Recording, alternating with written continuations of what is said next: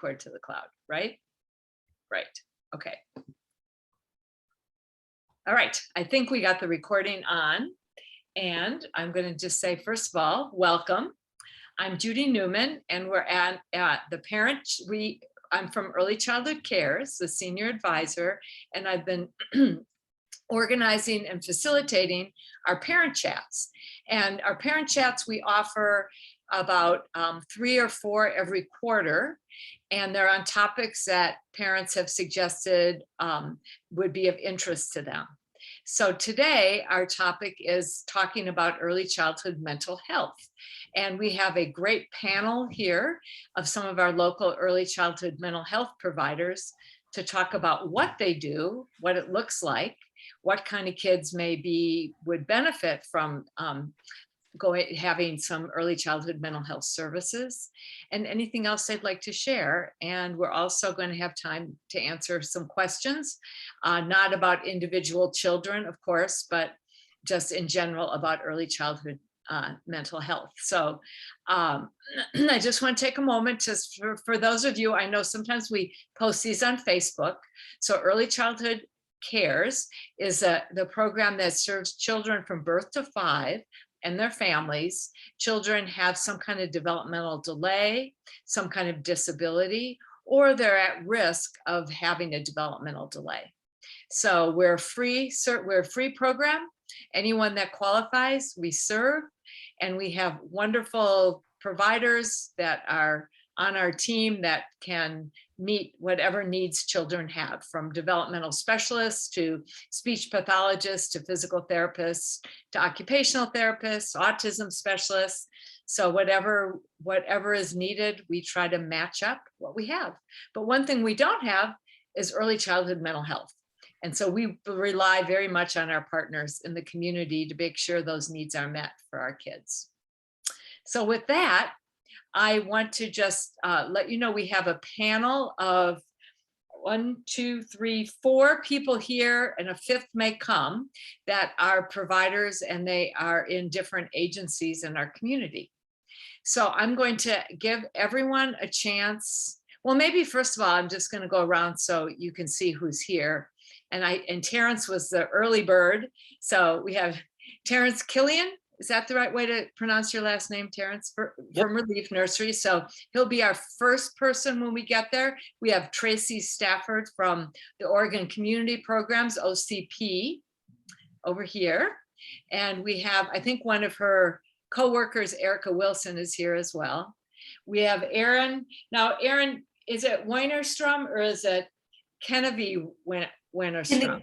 Yes, it's complicated. Kennedy Weinerstrom. It's a mouthful. Okay, thank you. And you're with the Center for Family Development, correct? CFD, some people know it with that. And then we have Ellen Thornton Love, and she is with Lane County Behavioral Health. And we will have, I believe, Carissa Schmidt joining us from Looking Glass. But Jody will help me let her in when she gets here, so thank you. Okay, so we've asked each panelist to introduce themselves and talk about how they approach early childhood mental health services, what they look like in their agencies. So I'm going to just start, and then we have a few other questions as well, but we'll start with Terrence. Hi all. So I am the mental health program manager at the Relief Nursery in Springfield and Eugene. And let's see, our situation right now is that we've been open pretty much the whole pandemic with our therapeutic classrooms running, and we have been trying to broaden what we're doing in terms of early childhood mental health internally. So we hired this year a full-time bilingual therapist, and about half of the families that work with us in the 2 sites are Spanish speakers. So we are working on integrating our mental health work into our classrooms, all of our classrooms. And Judy was instrumental in helping the Relief Nursery a number of years ago set up a specialized classroom for children with significant behavioral issues, trauma, etc. And that program is running strong.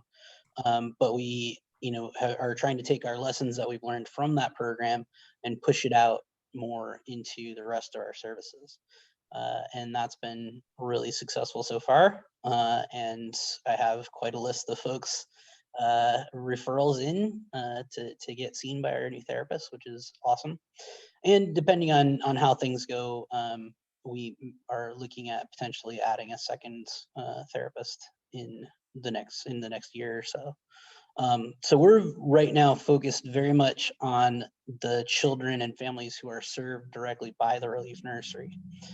So unlike most other mental health agencies right now, we're not taking external referrals just for mental health counseling. We take external referrals to the overall Relief Nursery services, and families and children who are participating in those can then access our mental health services.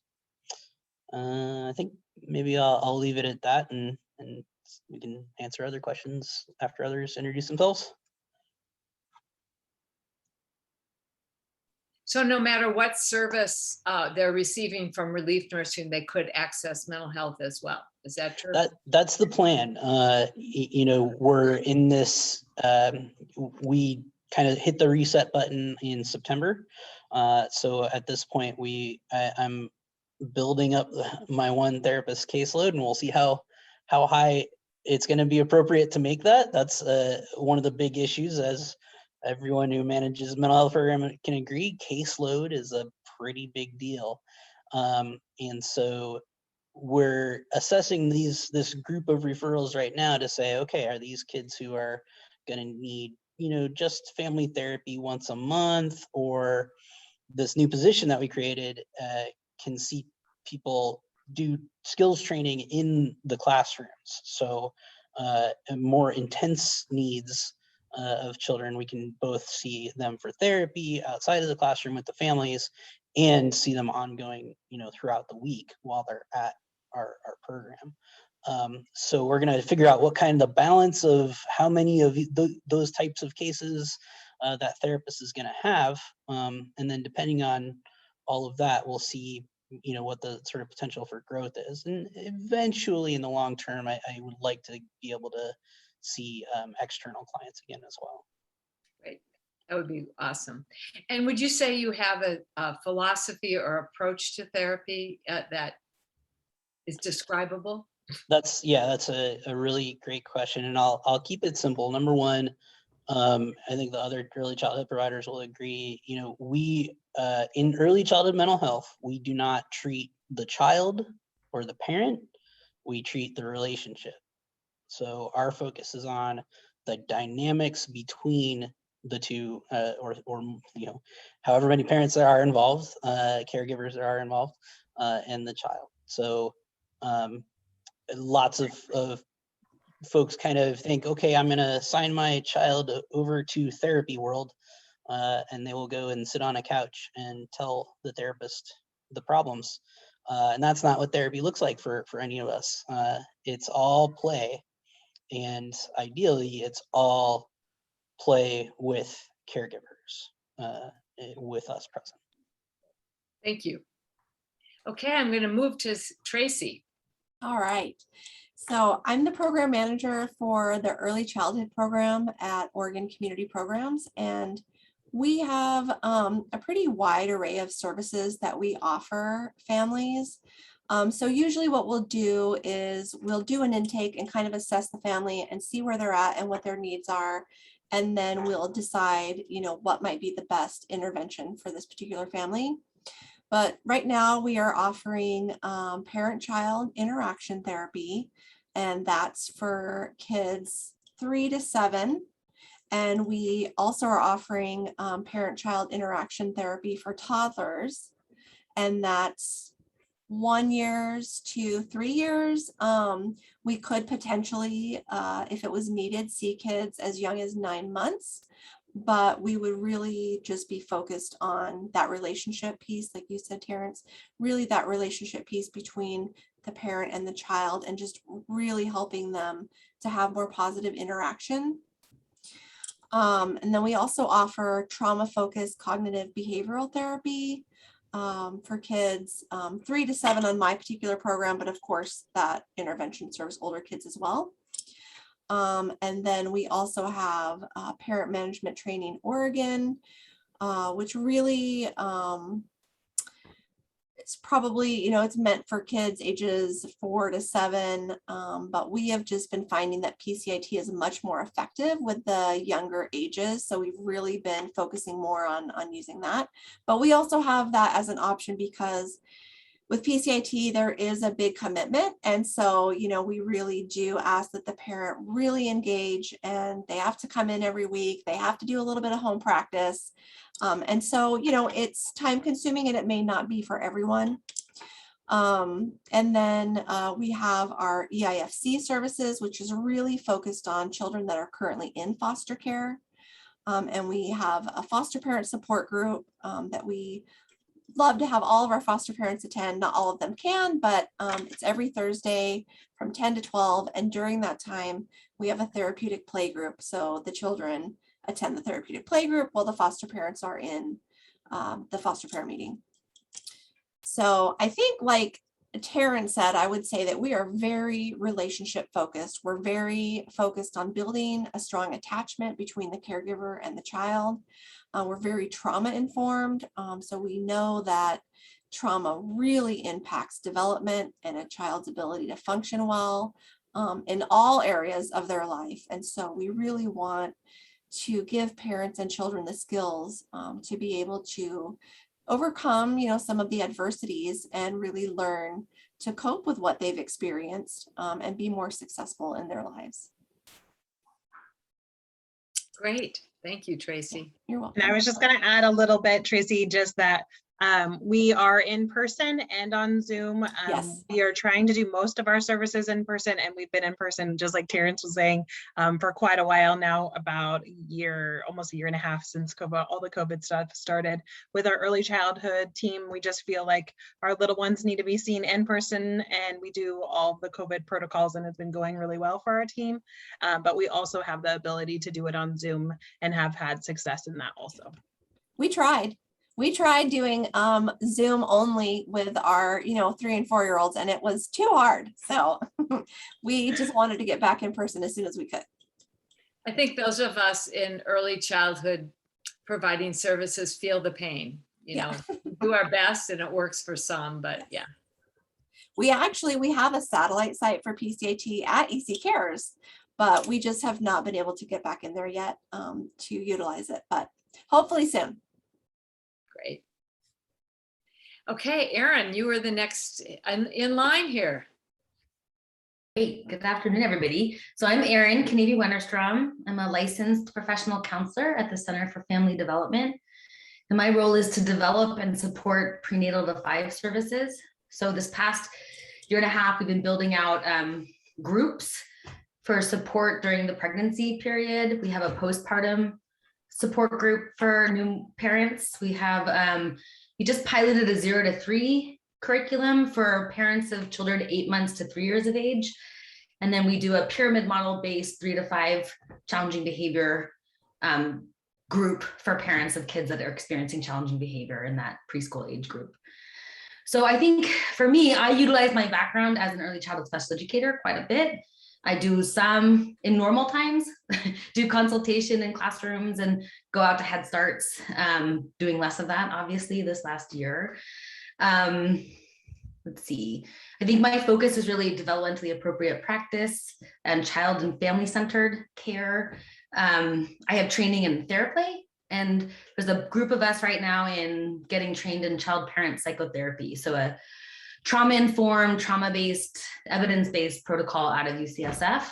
My work tends to focus, like I said, on really young kids and kids in the child welfare system. So I have found that to be a really helpful tool in my toolbox. So there could be some people who don't really know what the pyramid model is that you mentioned. Yeah, so it's an early childhood. There's 2 national centers that focus on helping early childhood educators improve quality, reduce suspension and expulsion. And so we have incorporated their positive solutions for parenting curriculum. because I think it's helpful for parents to hear the language that they're hearing in Head Starts and in early elementary. They're using a lot of that multi-tiered systems of support, positive behavioral solutions, you might hear it as. And it's really it's a framework to think about quality in early childhood at the sort of general level and more focused level for kids who might need some more additional supports, and then kids who need intensive supports, who maybe have persistent and challenging behaviors that are long-term and need support. So. Great. So can I just ask one more follow-up question? I'm trying Of course. The services that you provide, the bill for service, I mean, do you fee for service like a mental health provider? Because I don't know if you get paid to do consultation in a preschool, or just how does that work? So sometimes I will go and observe, and it's a billable service with the child as my client. I think that was a question. We also have been fortunate this year to get a grant through, I want to say United Way of Lane County. And we've been doing these parenting classes free of charge. So you don't have to be enrolled as a client and don't have to have a child as a client.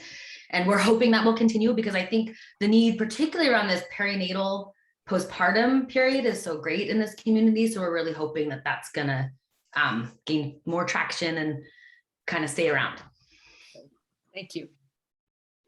Okay, and now we get to go to Ellen. Hi, everybody. I'm Ellen, and I work at Lane County Behavioral Health. I use she, her, hers pronouns, and I supervise the child and adolescent program at Lane County Behavioral Health.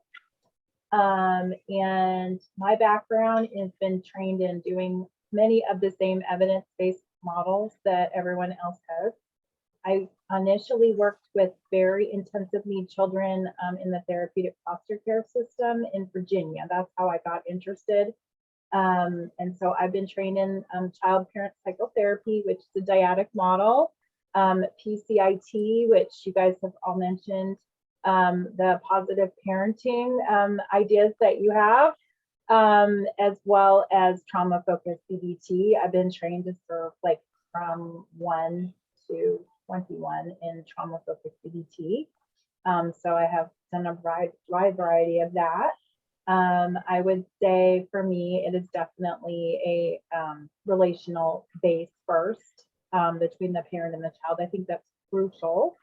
I do some consulting with our maternal health programs that we have at public health department, and I've been trying to get them to kind of look at developmental concerns that they're seeing through a mental health lens, like a trauma-informed lens, recognizing that the trauma of separation, because maybe a parent was sick, because of COVID, can actually be a trauma for a child and impact the baby's development in utero, and understanding that everything they're seeing may not be because the child has developmental delays for no reason, but there may really be a mental health component to that. And knowing what to look for. Looking at postpartum depression, as you guys have all mentioned, is a huge impact on attachment between a baby and their mother, and can actually cause, obviously, some developmental concerns. So really recognizing why that's so important to keep that mental health in mind. And my training is to look at things through the early childhood mental health, through attachment, development, and a trauma-informed lens. So that tends to be how I train the staff that I work with and look at as we look at cases and consult. I don't treat a lot of children myself anymore, although I sometimes will work with somebody and then transfer the case to them as a training exercise. And so that's what I've been here to try to keep the workforce interested. It's my passion. I just see it as a huge prevention. If we can if we can intervene and provide support, children and mothers, and while they're pregnant, who are struggling, as well as post delivery, I think we will see a fantastic reduction and maybe later on concerns. And I love incorporating mental health into the preschool classroom. I have been saying this at the system of care, as well as when they asked working with 4J, and I said, no, we don't need to wait until they're in 6th grade. It should be a part of the curriculum all the way through school. I think, it may take a while for us to see the cost of those kind of things come to fruition, but I think we will if we continue to do it. And I also really want to stress, we talk a lot about physical health with parents, that we need to talk about mental health and mental health development right in line with physical development. Because if we do that, I also think we'll greatly reduce some of the stigma around mental health. And people won't be upset if you say, oh, you want to notice this with your child. It won't be, it'll just be, oh, well, okay, I'll go to that mental health specialist, just like I would go to a pediatric specialist without the stigma. That's what I'm hoping by doing this and starting so early. Right. Thank you. So the next question that I have is one that we hear a lot, and probably from both parents and from service providers. So how would I know if a child would benefit from early childhood mental health? You know, what would be a good child to help facilitate a referral to, you know, to early childhood mental health, and how would that work? So I don't have an order, so if anyone wants to just, you know, jump in, everyone can have a chance if they have something to say. That would be great. So I'll chime in with one thought. And this is something that I talk about a lot with the staff here at the Relief Nursery. The first step that any mental health provider has in working with a family is going to be a mental health assessment.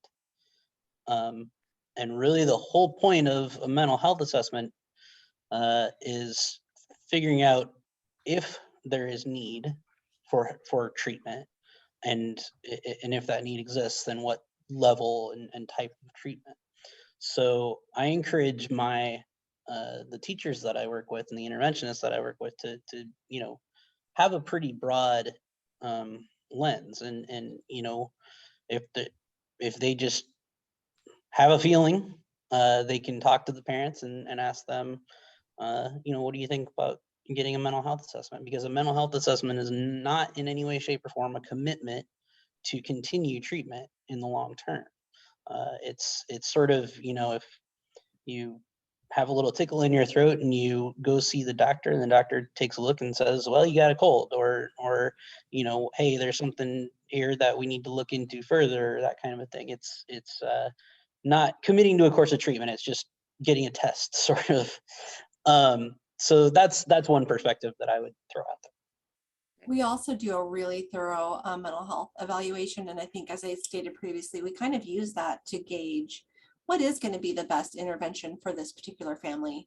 And, you know, I think you're right. If you have a sense or a feeling, I don't think you want to wait until there's a big problem. You know, I think our program has really been focusing on, let's catch things when they're small. Let's catch things early and intervene early. So we don't get to that point when, you know, there's a big problem, and, you know, maybe kids are on the verge of losing a school placement, or in foster care on the verge of losing their foster care placement. Let's get things early. I think also, I mean, just given the complications and stress the past couple of years has brought to our community, I don't know. I think maybe everybody could benefit a little bit from some mental health treatment, you know, and learning how to just cope with what we have all been through. It has been very, very stressful for families and, you know, kids trying to integrate back into preschool and, you know, kindergarten. It's been really rough. I think I've talked to parents almost every day about how difficult transitions have been, and just getting their kids back in routines and back into classrooms. And, you know, kids are a little more worried, a little more anxious, I think, than they were 2 years ago. So I think if any parent has a sense that their child could benefit from, you know, some help, or the family could benefit from some help, maybe their child is really having some difficulty in recognizing their feelings or talking about how they're feeling, or is really having a hard time managing their frustration. I mean, it doesn't have to be, you know, a big mental health crisis. And I think for our team, one of the big things that we've been able to incorporate into our work is that we're working with the toddlers now, our 2 and 1 year olds. So even if a parent is just feeling stressed about parenting, I've heard a lot of people talk about postpartum. So as we get out of the postpartum and we're still feeling a lot of stress in our own bodies about parenting, it's always good to come in and try to build that relationship and build some of your tools for your toolbox, which also incorporates your child's mental health. If you have positive mental health on yourself and you feel more positive about parenting, your child's mental health will be stronger also. So we do tend to serve parents that have, or children that have OHP, but our services really do focus on the parent finding a positive outlook on parenting and having that positive outlook on being with the child and learning how to play with them. Terrence was talking about play, and that is our team loves toys. We love them a lot. And so we really love to play, and we think it's really powerful for the parent to be in the room and play with their child, and having us in their ear, just kind of coaching them and really helping build their positive aspect on their child and actually seeing those little moments of good that are happening. So I think any point of stress is a good point to get some mental health services. Thank you. Yes, to all of that. And I would also say, I don't know if you guys are familiar with adverse childhood experiences, or ACEs. So 2 or more ACEs. So these would be things like experiencing violence. The child has experienced violence, abuse, or neglect. They've witnessed violence in the community. They've had parents with household members with substance abuse problems or mental health problems, or separations due to incarceration or divorce. Generally, if kids have more than 2 ACEs, I think a referral is probably a good idea for an assessment. Somebody asked about the standardized assessment. We definitely use the ASQ and the ASQ SE. I will use the MIM, which is a standardized type of assessment based off of TheraPlay. But I think more than a standardized assessment, it's just good in-depth clinical interview and assessment. So my assessments are generally a few sessions. I'll do quite a bit of developmental history and to get a feeling. And I think to Kat's point, that question, there's an open-ended question on the end of the ASQSE that asks, what are your concerns? Or do you have significant concerns about your child's behavior, social emotional development? And that has been really, I think, one of those critical questions to getting kids into the pipeline to get a referral if it's warranted. I love that you brought up ACEs, Erin, because we did learn so much from that ACEs study. And we know that, having a high number of ACEs is really correlated not only to, mental health difficulties, but also physical health difficulties. And long-term, it could really impact your physical health. Yeah, and I just saw a study recently. So for every time an ACE score goes up, the odds ratio increases for expulsion and suspension. And so those things are really tied together. And I think it's partly our role to help pull that stuff apart. Absolutely. And provide those supports. So if I were a parent listening to this, which I hope we have some on the line, I believe we do, adverse childhood experiences, if I wanted to learn what that was, I could look on the internet and get information, or talk to your early childhood cares provider to get information. What kinds of things? I know Tracy gave a few examples, but there is a list of the kinds of experiences that really, that it's no one's fault that kids have, that can really cause additional stress. And as you've said, the more experiences like that kids have, the more stress there can be. So. Yeah, I think, oh, sorry, Ellen, go ahead. Oh, that's okay. I wanted to say, I think it's very important to do an ACEs with the parents as well. It does let you know where maybe there was interferences in their own child's development that also, or interferences in parenting, that concept of ghosts in the nursery. I think that really is a huge impact when you're working with parents. So I would definitely recommend looking at that. And I do we do a trauma screening with symptomology for the parents that we're working with as well, if that's identified as an issue. So just wanted to kind of put that out there as well, and it's incorporated into your work, and I think that's great. Thank you guys for all your amazing work. So I think there was a question from Kat about the standardized tools. And I think you mentioned some, Erin. I'd be interested to know if there are any other tools that people use. And more importantly, if I'm a parent again coming in, or if I'm a provider talking to a parent, what would, sort of scary to do a mental health assessment. What would that look like and feel like, and what kinds of questions would you be asking or things you'd be looking for? So I'll chime in on that. I think other folks mentioned, there are some standardized testing things that we can do, but there are certain common elements that you'll find in all of our what we would refer to as a clinical assessment or clinical interview or what have you.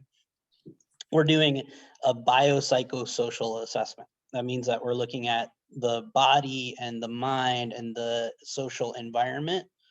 And what we want to have is a really good conversation. So we want to fill in all of our blanks in our assessment and our testing and all of that from a rich discussion that we have with mom or dad or whoever, and in observations and how they play. It's way more important for me to have a good rapport building conversation where we talk about, family history and, what does attachment look like? What does your family do? What holidays do they celebrate? That's the kind of rich conversation I want to have. And from that conversation, I should be able to fill in all my little blanks on my form. But Erin, I think, said she takes a couple of sessions to do a complete assessment.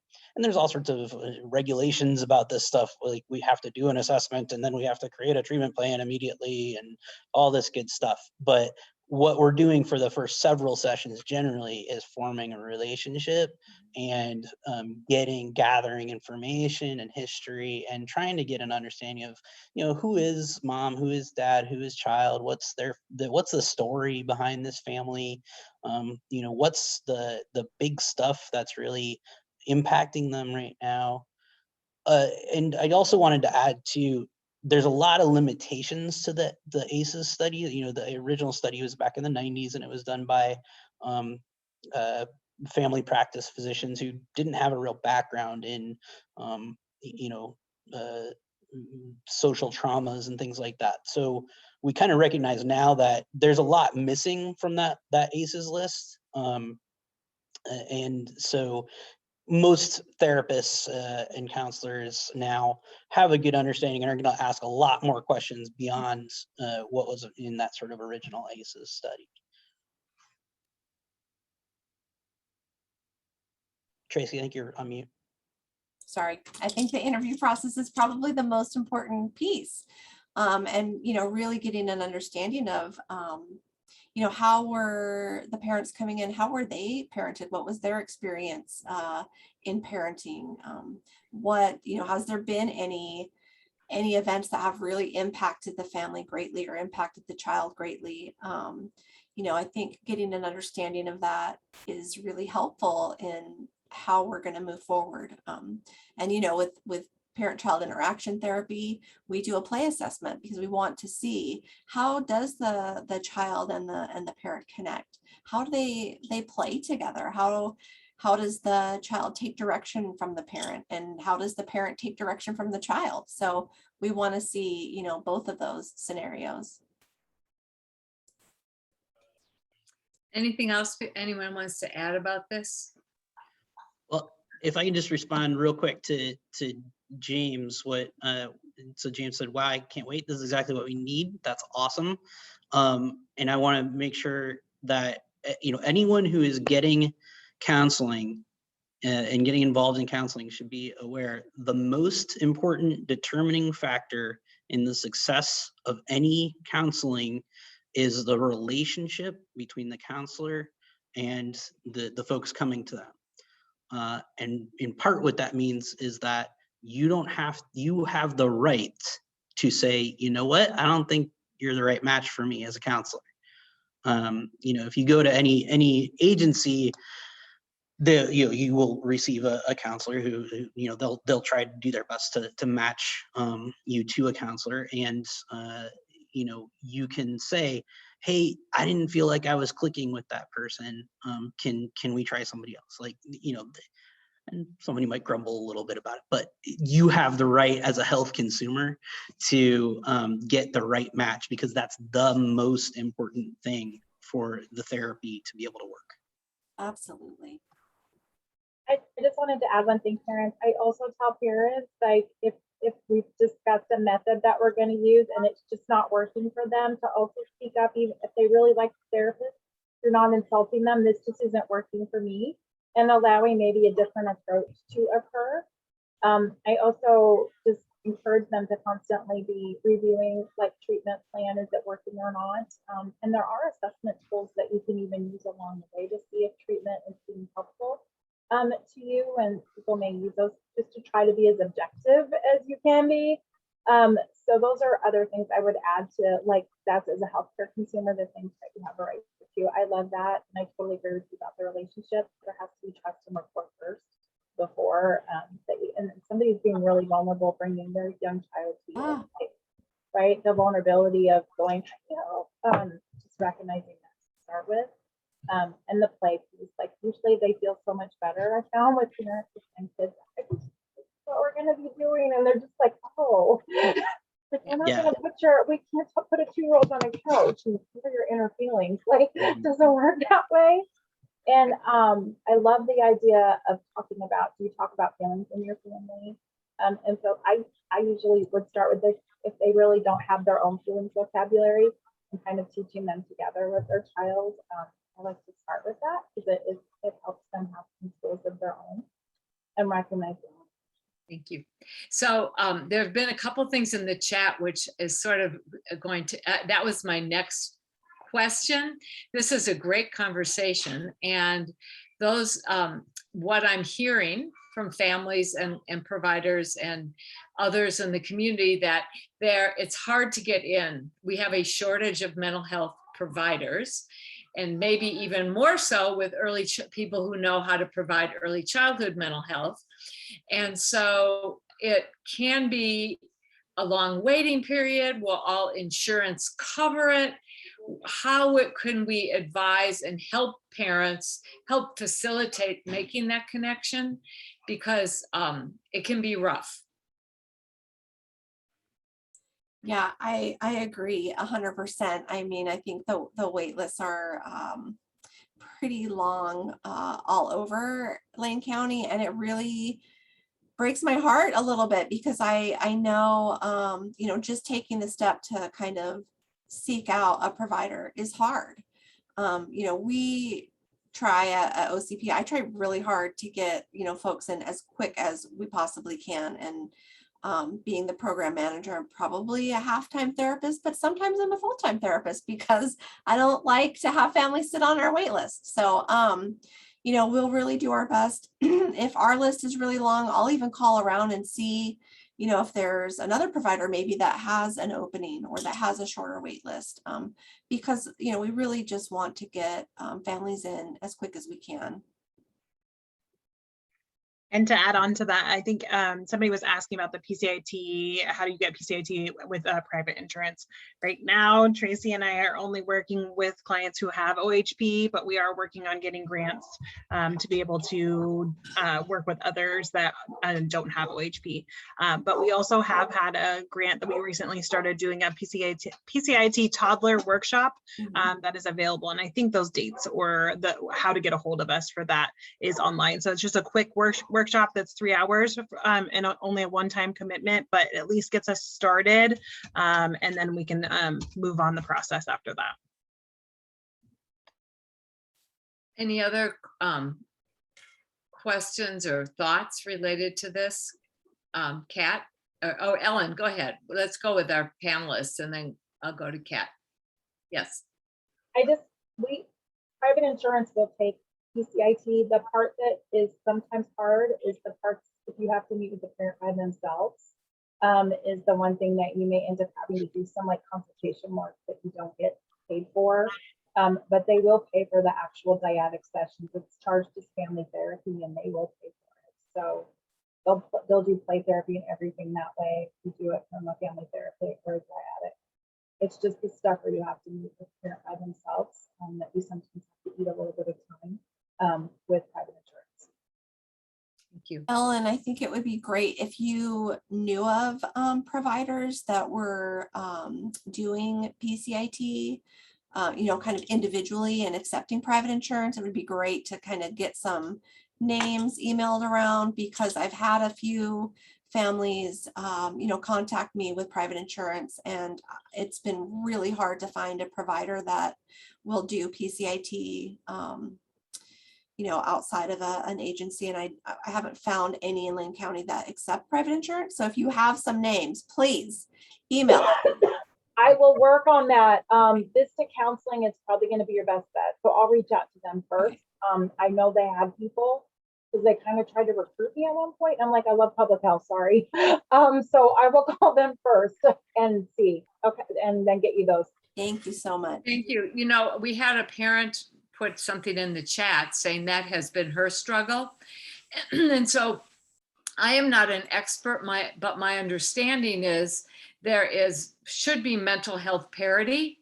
I mean, there is a state law, so our private insurance companies should be paying for what OHP pays for. But the question is, how does that work, and how could we be helpful to do some advocacy in that area? Yeah, that's a favorite topic of mine. Mental health parity is a really good idea. And insurance companies spend a lot, to be frank, spend a lot of time and money figuring out how to circumvent it. The idea of you can find a physician who will say that medical necessity is the terminology that's key to all of this. And it's insurance companies have folks who will say, no, that's not medically necessary treatment. I worked in residential facilities for many years with children, and there were insurance companies who would reject stays if the child was not actively suicidal that day. They would say, okay, send them home.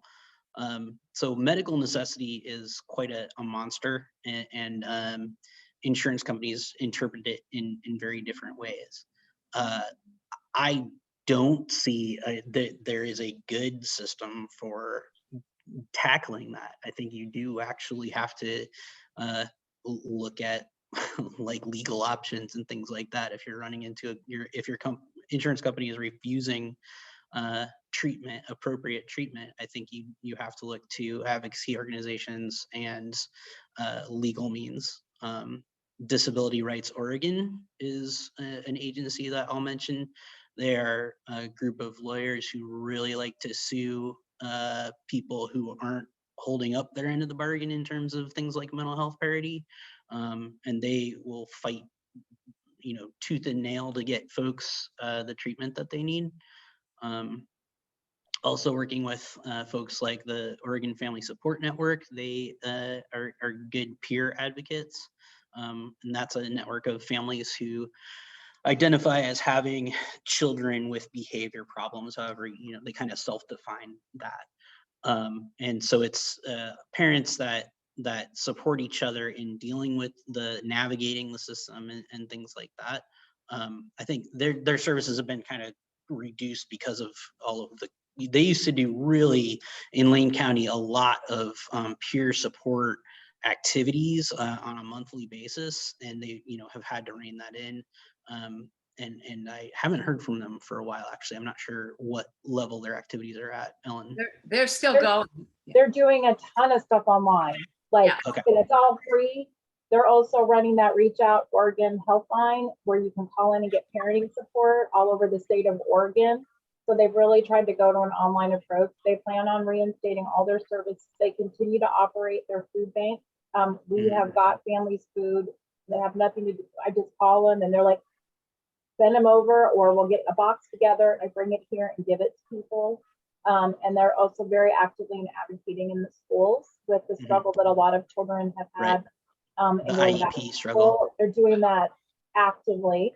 And we work with them all the time just because of the relationship the county has with them, and we support their services. So I think that that's a great system. You do have to know how to talk to insurance companies, and you have to have a provider who cares. They will approve it. I've done it. I do understand. I've given them information. I was on the East Coast. Georgetown University is a huge advocate for early childhood mental health services.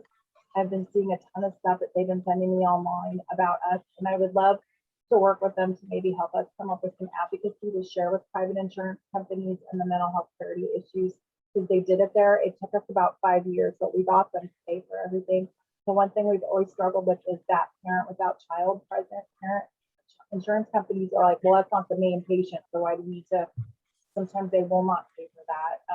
I think we could work to advocate for that. Oregon Health Authority, we are advocating like crazy, and they can put pressure by what we offer to Medicaid patients to make them kind of come in line with what they're offering to Medicaid patients. I think starting with somebody like Pacific Source who's already interested may, and it's a huge resource for our community, both public and private insurance, may be a way that we could get a foot in the hold in this area as well. Great.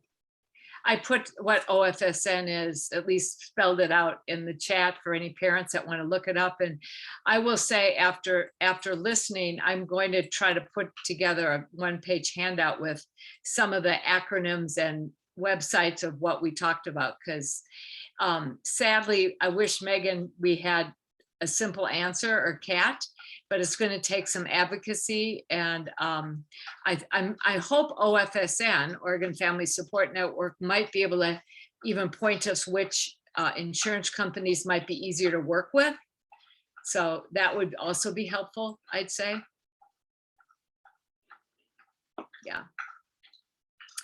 So those are my big questions.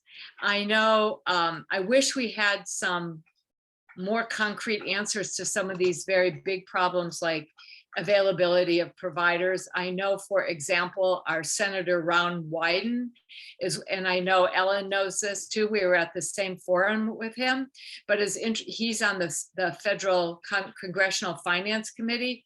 So they are going to be providing more resources for mental health services for school-age kids and young children. So we want to be able to get in on that, because we need to be able to recruit, get people trained, and expand our services. So that's one little hopeful thing on the horizon. I just want to open up. Does anyone have any questions? Feel free to unmute, put another question in the chat box if you have questions. This is what you call, boy, are we lucky to have this blue ribbon panel. So feel free to ask some questions while you have us here, have them here. That was Don. Did you raise your hand? Yeah. Thank you so much for your time. It's just so helpful and informative. I've learned so much today, and I know probably each situation, each family would be different and specific, but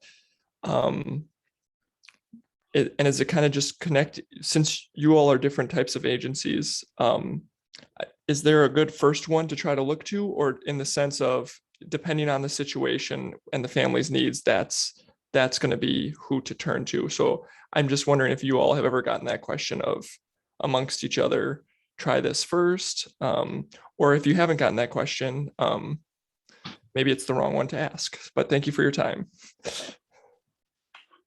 There's no wrong questions here.